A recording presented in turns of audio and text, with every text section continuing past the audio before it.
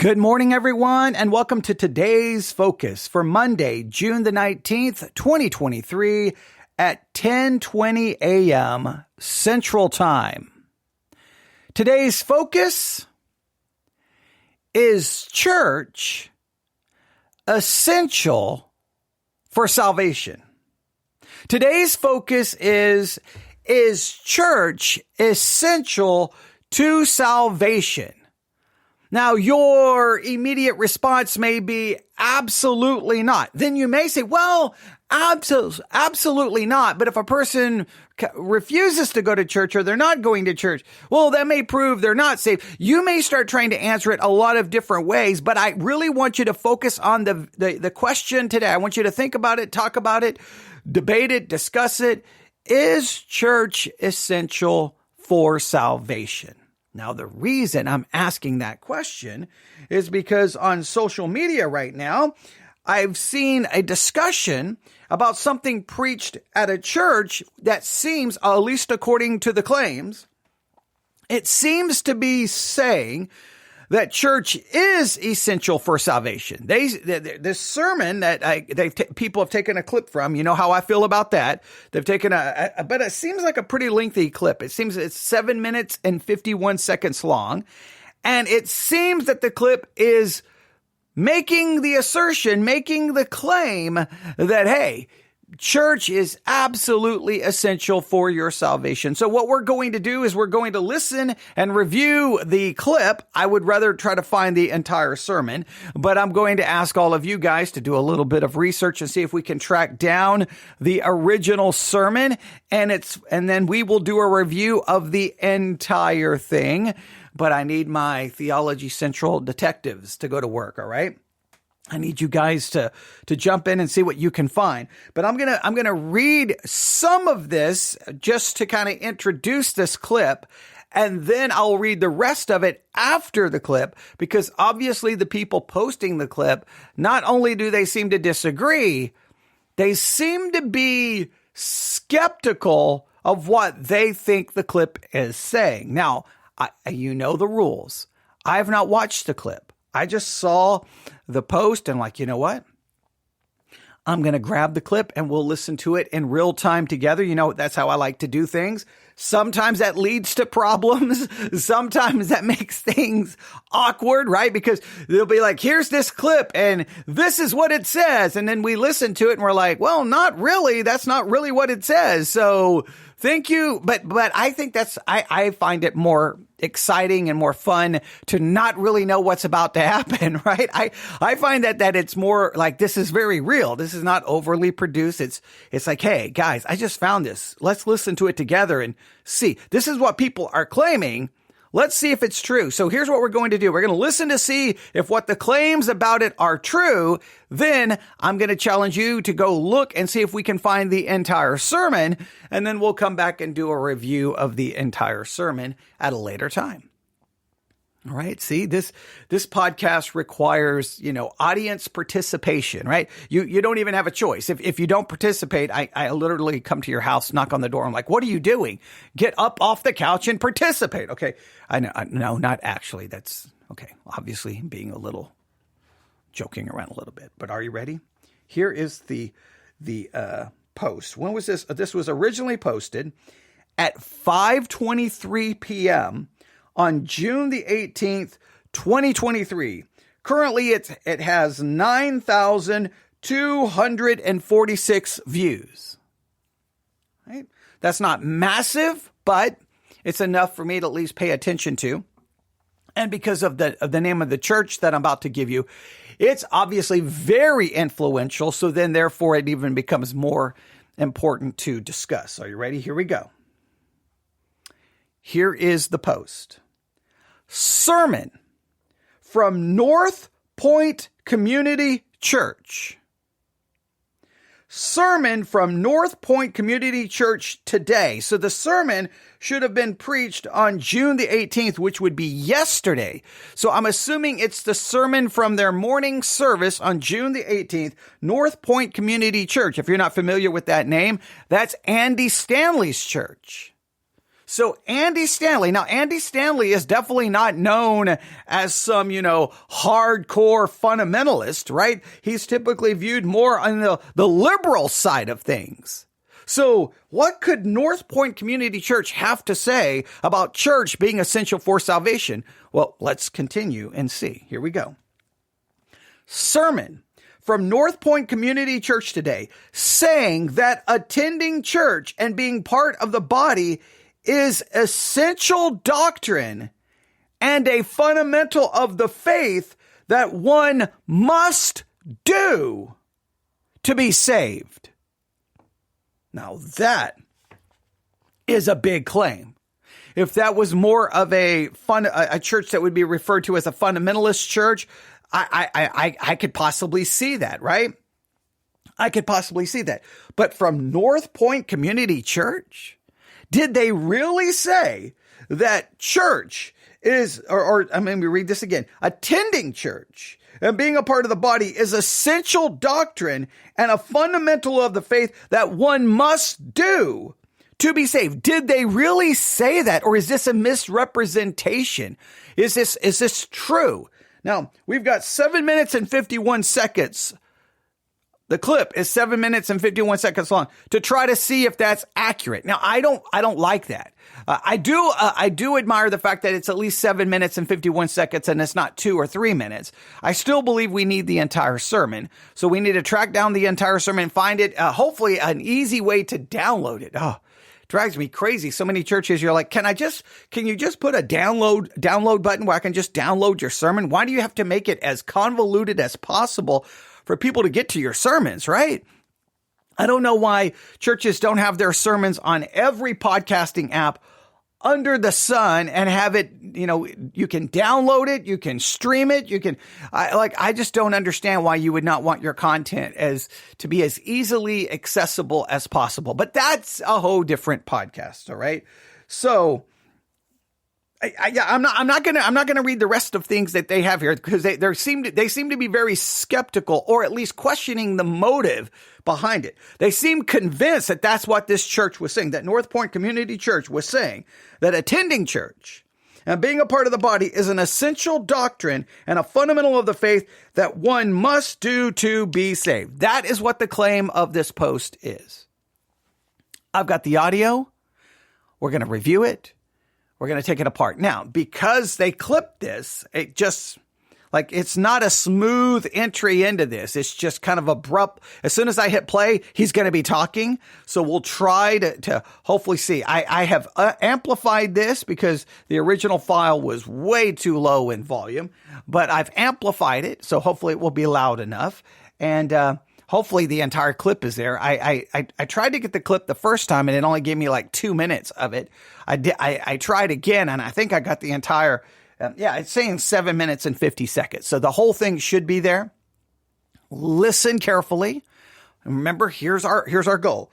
Did North Point Community Church really preach that going to church, attending church, and being a part of the body is an essential doctrine and a fundamental of faith that one must do to be saved? First, we're just going to try to determine, did they really say that? If we determine, yes, they did, then we can call into question how that relates to the gospel. Then we can call into question, wait, North Point Community Church said this? Is that kind of odd to you? All right. Just keep that in mind. Here we go. Here is the clip. Also, his agent of transformation culturally, globally. In this age in history, the gathering of the local church, the body of Christ, is the incarnation of God. And we don't realize how significant, how important that is. But there's been this recent cultural shift, not just outside the church, but within the church. And many view the gathering or the attending or the gatherings of the church as non-essential. And come on, let's just be honest for a minute. I'm just going to push you just a second. Many of us, if you look at our behavior and our activity, many of us view the gathering or attending the gathering with other believers. We view it, or at least our actions seem to proclaim it as non-essential. Now, this isn't something new. This began over a decade ago, but it was accelerated during COVID. In fact, some of you remember this probably all too well. You're like, I'm trying to forget. But during COVID, all non-essential services shut down. Remember this? So only essential services kept going and we're gathering. And the church stopped gathering in person. And now we know we didn't stop gathering. We continued to gather online. But that wasn't the perception of many outside and inside the church. It's like, oh, this isn't essential. And there was fallout from that. It accelerated something that was already beginning. In fact, the people on the other end of this argument, I keep hearing them say over and over, the Lord commands us to meet. The Lord commands us to meet. He does not. This is how people see Christianity. This is how people see the church. And it's by no coincidence that this has trended with. Okay, what is going on? So did he pop? Okay, I'm a little confused here. Did they merge? Because all of a sudden Andy Stanley's voice came in there saying that the God did not command us to meet.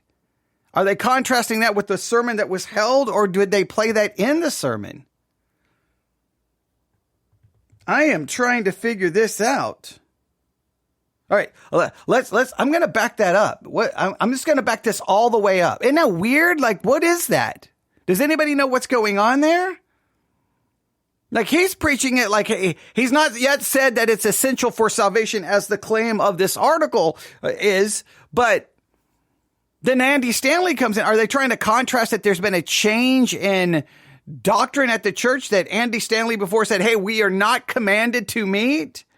Yet now the church is saying it's essential. Are they trying to draw a contrast there? Let's back it all the way up. That seems odd to me. Let's see if we can follow what's going on here. Maybe when it's all said and done, it will make sense.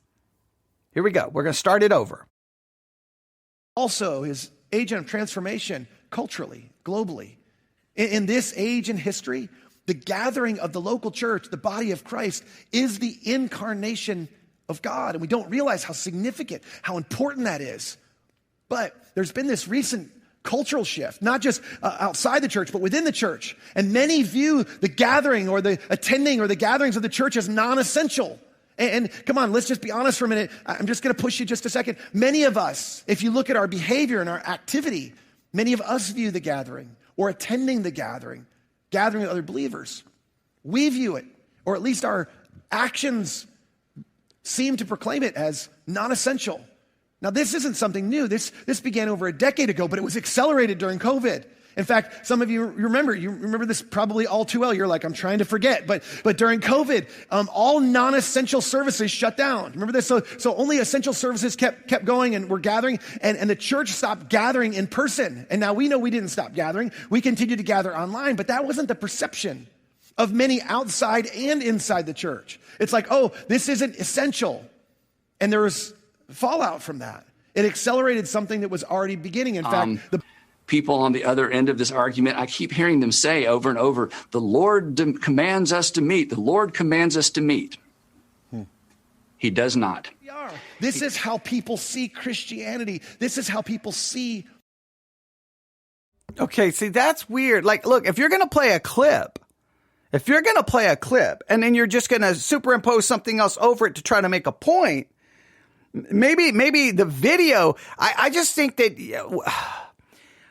this is what I always worry about with the way online works, right? Look, if you're going to take a clip, then here's what you need to do. You play the first part of the clip and then you stop the clip and then you come in and say, now, okay, we're going to come back to that in just a second. Here's what Andy Stanley said, and then give the year. Now, then maybe on the video they give the year and then go back, but at least try to narrate what you're trying to demonstrate. That's at least, I just think it's fair to try to do that. But we obviously, Andy Stanley being imposed on that is not part of the original sermon. So they have the original sermon, then they put Andy Stanley's comments, then they go back to the original sermon. Okay.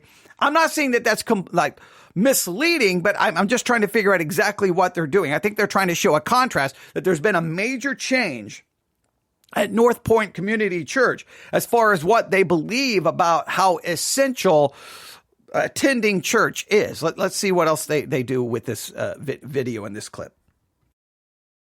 The church And it's by no coincidence that this has trended with people's view of the church being non-essential. So the question we're asking is the church essential? Is it essential? I mean, here's the thing. Is the gathering of the church, is the people attending church, is you showing up at a local body and interacting with other believers, is that essential? And how essential is it? I would tell you, because of the way things are trending, it's more essential than ever. And people on the other end of this argument, I keep hearing them say over and over, the Lord commands us to meet. The Lord commands us to meet. He does not. This is how you don't swerve. You be unswervingly. This is how. Not giving up meeting together, as some are in the habit of doing, but encouraging one another. The habit of meeting together. It was a central practice. It was maybe the most important practice of the early Jesus followers. It was not optional. It was not peripheral. It was essential. They saw the gathering of God's people as God's primary vehicle for building up the body and reaching out to people who were outside the body. So I just want to push you a little bit today. Look, if you've gotten out of the habit of meeting together, it's time to change that habit. This is me. Paul's word, or the writer of Hebrews' words, not mine, probably Paul. This is me encouraging you. This is me encouraging you that the gathering is essential. It's essential to you experiencing the transformation of God, to you experiencing what God wants you to do what he wants to do in your life. It's essential. If you're joining us online, I don't want you to feel any guilt. This isn't me like shaming you. I'm just saying there's an opportunity, there's an invitation. I don't need anything from you, but I want something for you. And the reality is gathering with the local church is how God's transformational power gets unlocked in your life. Okay, now at this point, I've not heard anything where they have made it seem like that you must do this to be saved. Remember, the claim is, and let me quote again, sermon from North Point Community Church today, saying that attending church and being part of the body is essential doctrine and a fundamental of the faith that one must do to be saved. So far, they've not come anywhere close to saying that. They're saying it's essential, and they're saying it's essential to basically keep you on track and, according to them, to unlock the transformative power of God. So like church is essential so that you will be transformed, that it's essential for you to move forward in your Christian life. I've yet to hear, now maybe they're going to, but so far I have yet to hear where they've said you must do this to be saved. Maybe they're getting ready to. If they don't, this is going to be another example where what is claimed about a video clip is not actually in the video clip. Okay. Now maybe this is going to be, I'm hoping this is going to be the case, but this, please, You've got to always be very careful when these kinds of things, this is why I hate the whole practice of ripping segments out of a sermon and then doing this kind of thing. Just review the entire sermon. Or even if you're going to take a clip, let's say you're going to post a clip on social media. Here's the clip. Here's how I interpret the clip. Here's the link to the entire sermon so that we can all listen to it in fuller context to see if my interpretation of this is correct. You could do it that way. That would be more accurate. But let's see. So far, they've not said anything like you have to do this in order to be saved. See, when I first heard that North Point said this, I was having a hard time wait. There's just no way, but maybe I'm wrong. Maybe he's getting ready to say it. So far, he's definitely emphasizing how essential it is, but it seems to be it's essential for one's spiritual benefit, not essential like if you don't do it, you're going to go to hell. All right, so let's see. Maybe he's going to change it up. Here we go. And in our communities, in the world around. People on the other end of this argument, I keep hearing them say over and over, the Lord commands us to meet. The Lord commands us to meet. He does not. When we show up, when you show up for each other, for each other's families, when you show up and just, even when you don't know what your part is, Scripture says you're a part of the body. When you show up, it matters.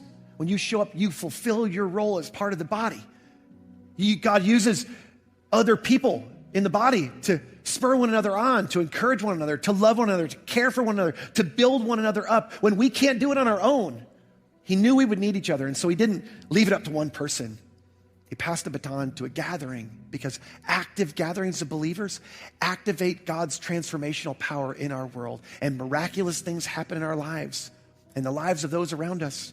When we gather and each one plays our part, marriages are transformed. God, through his Spirit, restores families, hearts are mended, addictions are broken, purpose is realized, lives are rescued forever.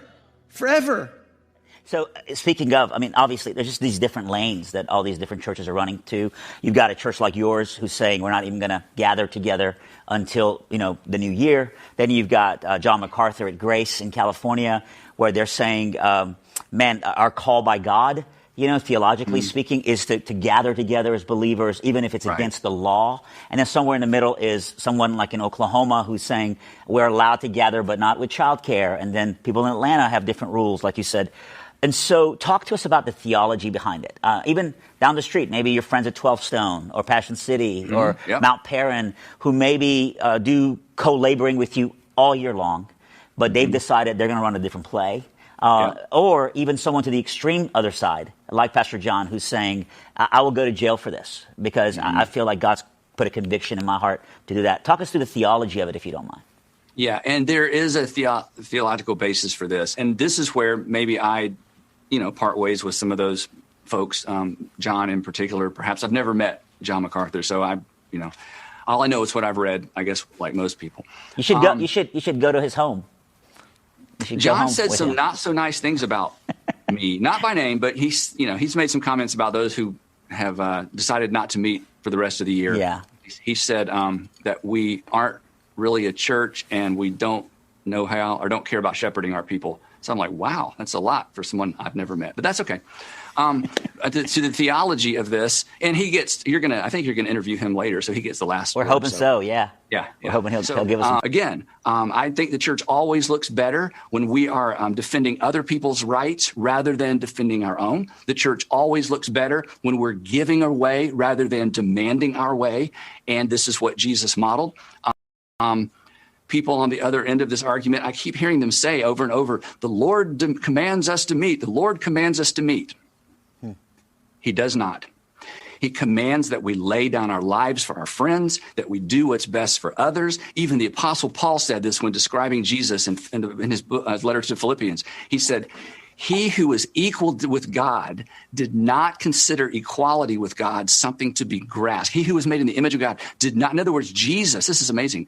Jesus never played the God card. He never said, okay, by the way, I'm God, right?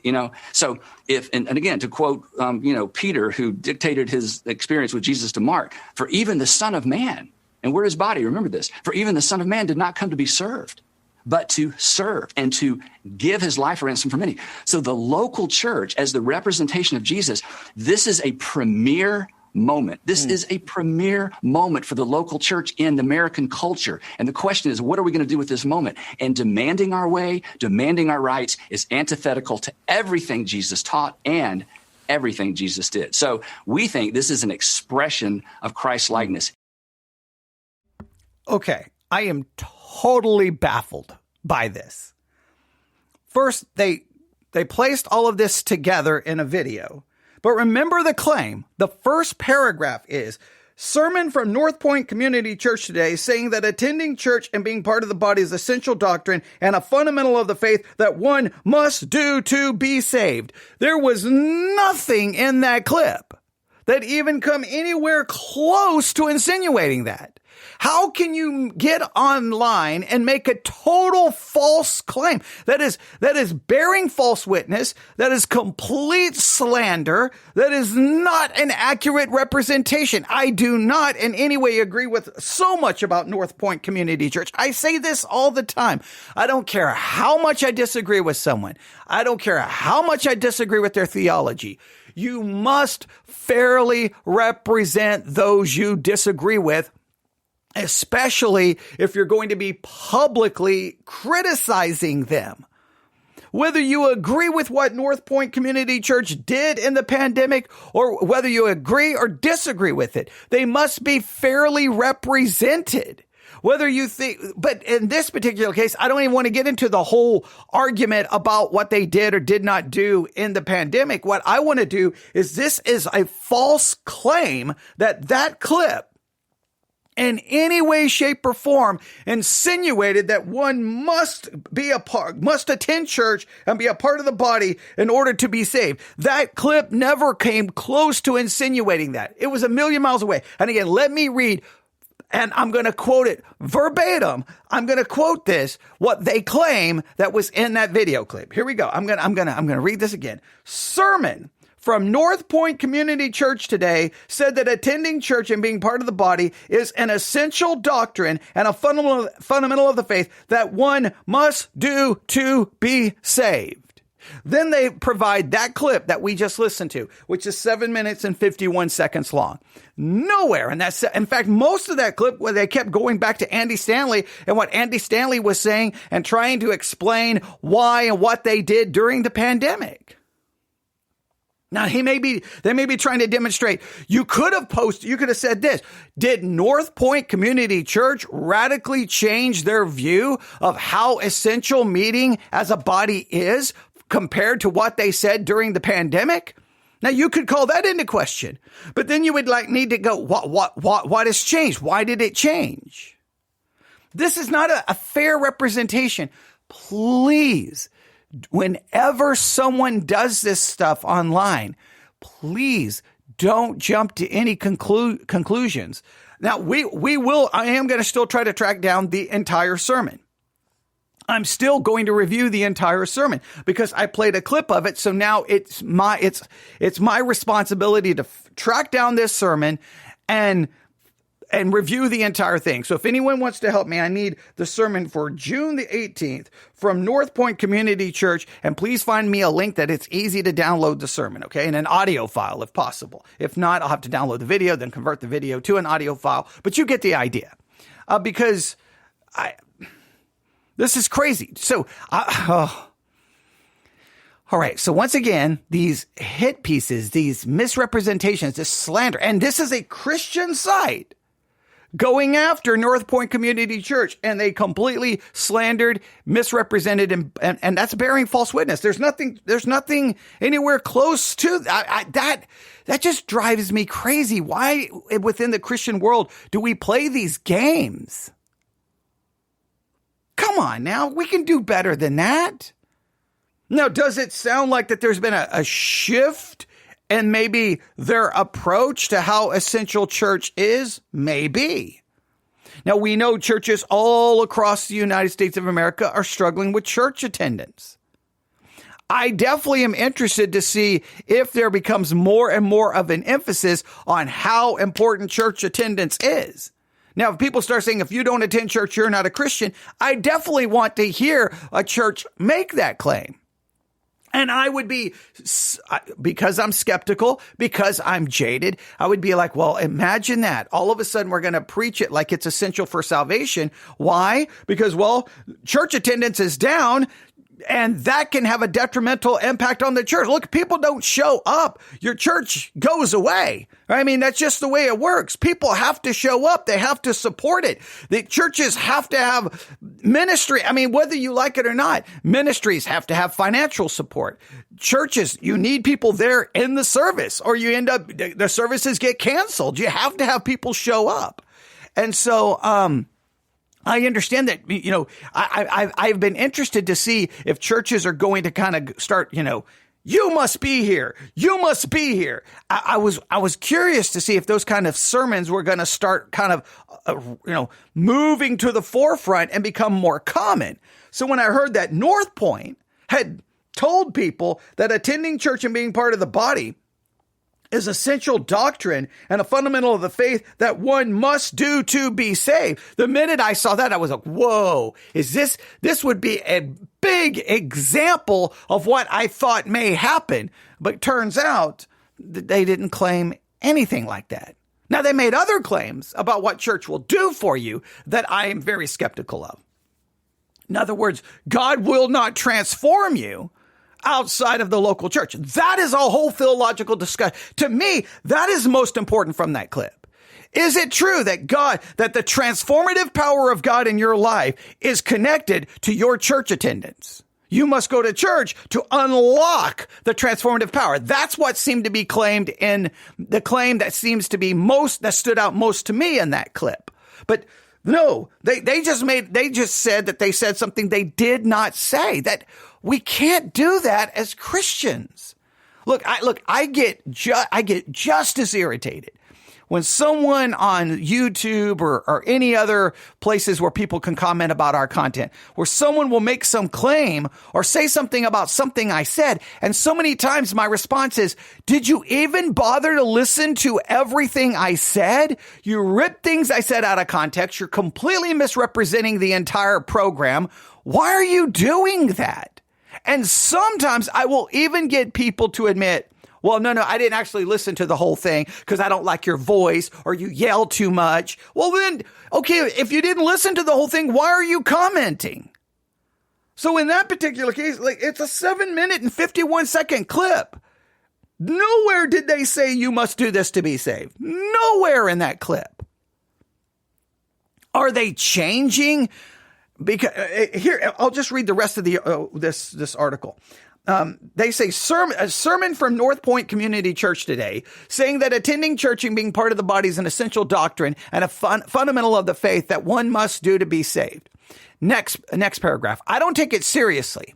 Given that a few years ago, North Point canceled services and told congregation members to sleep in and skip church because it was Father's Day. A few weeks ago, Andy Stanley, they misspelled Andy Stanley's name, canceled church because it was Memorial Day long weekend. Now, first of all, let's just stop right here. Okay, let's stop right here.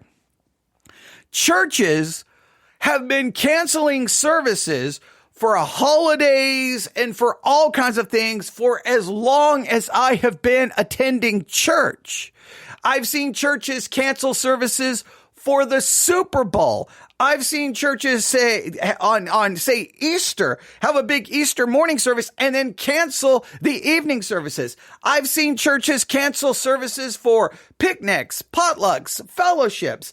So I don't know why you would attack North Point. Churches all across the United States of America will we're not going to have services tonight. We're going to cancel for this. We're going to cancel for that. We're going to cancel for this. So I don't know. And so then they go to the next paragraph. Anyway, in mid-July 2020, Stanley announced that they were closing their 10 churches for the rest of the year and in fact stayed closed long after the new year. Stanley argued that God required them to sacrifice for their community, but that the Lord did not command them to meet physically together. He stressed that he did not want to begin opening sooner with COVID protocols in place. Opening, if they did that, the quality of the worship experience would be subpar, Stanley said. Even if we did reopen, we certainly would not be able to create a quality adult or children worship experience with social distancing and protocols in place. So no, I don't believe for a minute North Point believes gathering as a body is essential. Okay, well, you may not believe they believe it's essential, but you completely misrepresented what they say. So which is worse? A church closing down during the pandemic or you posting online a total fabricated, misrepresented, bearing false witness, slanderous accusation that they said in a sermon that attending church and being a part of the body is an essential doctrine and a fundamental of faith that one must do to be saved. Which is worse? Which is worse? Now we can have an ongoing debate about what churches should or shouldn't have done during the pandemic, and everyone has strong opinions, right? I've always said I admired churches that I felt were more honest. Look, remember there was a pastor in Louisiana. I'll never forget it. It was so awesome. He's on CNN. And I'll never forget, they're like, well, why aren't you closing down? He's like, look, you see that building back there? We don't have people there. Money doesn't come in. We can't pay for that building. We can't pay for the staff. We have to close down. We can't close down. He just made it very clear. It's for our survival. It's for money. Right. So I admired that. Hey, we're making a decision for the survival of this church. Okay. That we could have a long discussion about that. Others tried to make it like we're doing it for God, and then it turned into conspiratorial thinking, and then it just turned into COVID denial, and then it almost always spiraled out of control. But you can argue about whether you should or shouldn't, and how you did it, and what you could do, and what you couldn't do, and what rules you should break. And that's a never ending debate, and there'll be books written about it 5 years from now, looking back at that time of what the church did and didn't do. And there'll be critiques of it. And there's going to be even critiques, clearly they've already started, of what the government called for during the COVID situation. I've always said it was a novel coronavirus. There was so many unknowns. There were things like, do this and that. Well, no, because that's how it always works in medicine. You're dealing with something brand new. You have to go with what you think you know at the time and then change and modify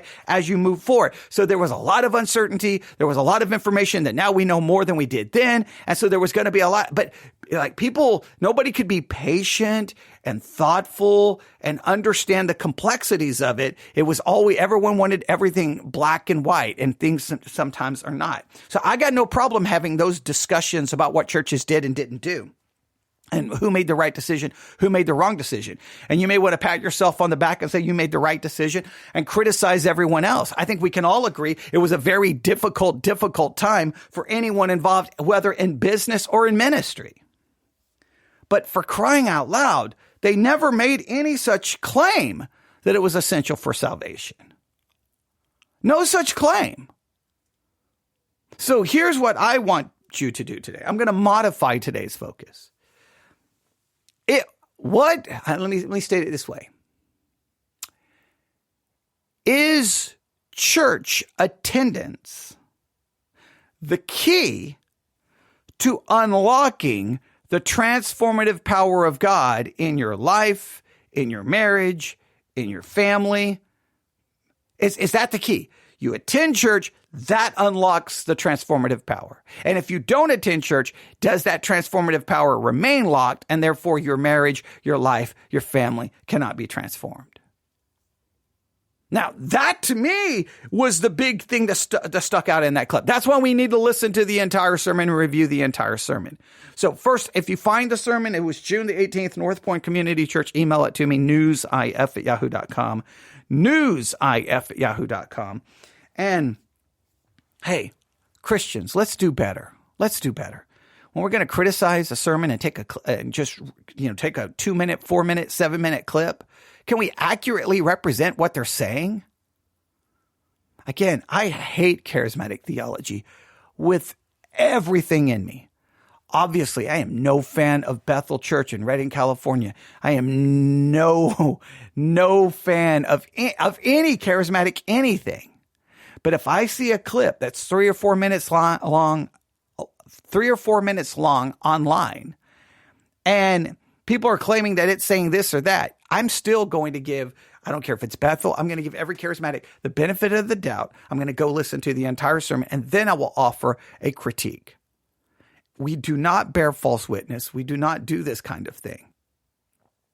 Accurately represent your enemy, and then accurately offer a biblical critique, and don't make it personal.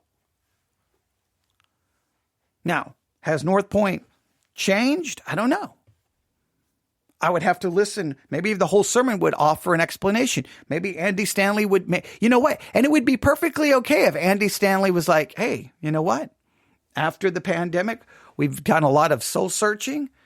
We think maybe we made some wrong decisions there. I doubt there's one pastor. Well, maybe I could be wrong. I think many pastors sit back and go, man, did I make the right decision there? I think pastors constantly are second guessing ourselves about what we did and what we didn't do.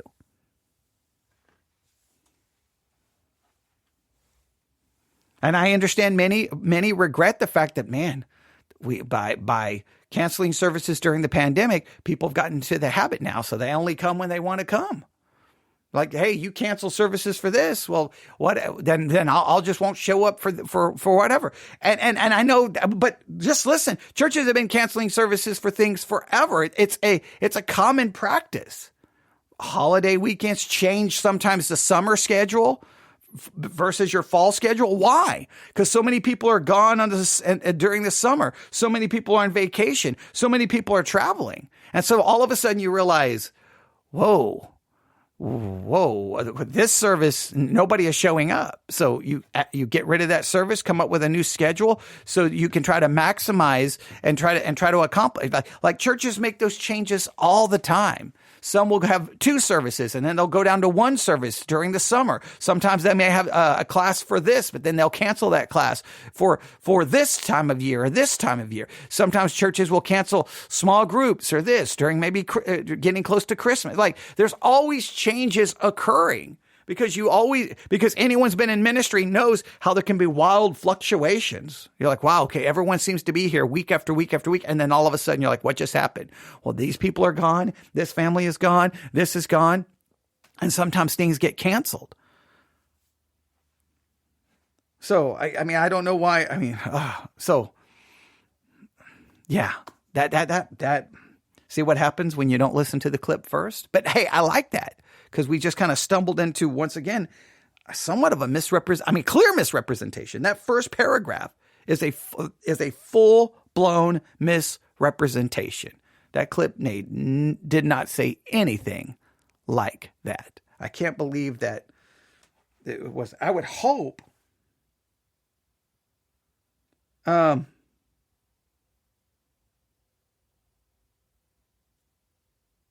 Yeah, and then right underneath it, one of the comments, going to church is a must to go to heaven, must be found in North Point chapter 3, verse 1 through 10. See, people are immediately going under there and making comments as if that's what that clip said. That clip did not say anything like that.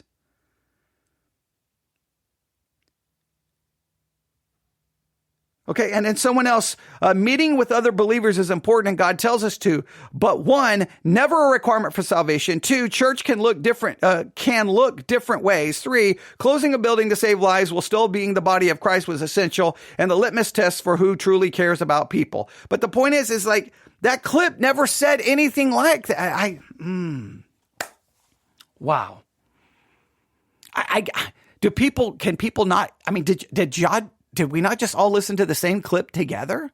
What was I missing there?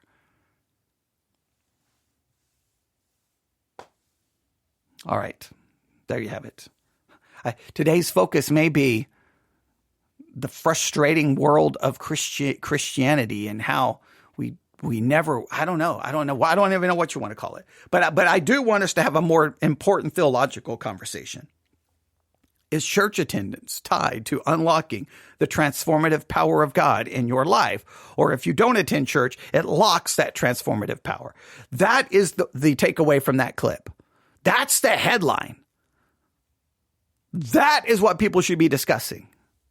And I'd love to get your thoughts. newsif@yahoo.com. All right, everyone have a great day. I hope. I just realized something. Okay, good. Whew, got nervous. I didn't check the sound settings right before we went live, and I'd opened up a file and opened up a program to amplify that audio file that we played, and that typically turns off my microphone. And all of a sudden I realized I've just spent 44 minutes talking, and probably no one can actually hear anything that I have said. All right, so hopefully it sounds fine. I'll go listen to this real quick to make sure before we post it. All right, everyone, thank you for having a great day. Thank you for listening. I hope everyone has a great day. I'm a little frustrated by this. I am. I just get tired of this kind of stuff. It just bothers me greatly. But now we have a good theological topic to discuss. So we'll find the original sermon, review the original sermon, and then have a very important theological discussion about, does church attendance unlock the transformative power of God, or does the transformative power of God happen with or without church? Love to get your thoughts. Everyone have a great day. Thanks for listening. God bless. And I apologize because okay, so let me do that again. All right, let me do it again. Take 2. Okay. Because see, I'm supposed to have my cool outro, right? All right. So Thank you, everyone, for listening today. And we are left with a very important question. Does church attendance unlock the transformative power of God, or does God transformative power work with or without church attendance? That is what I want you to focus on. And that is your today's focus for Monday, June the 19th, 2023. I got so discombobulated and so frustrated by that, I forgot that, hey, you're supposed to do your outro like this. Everyone have a good day.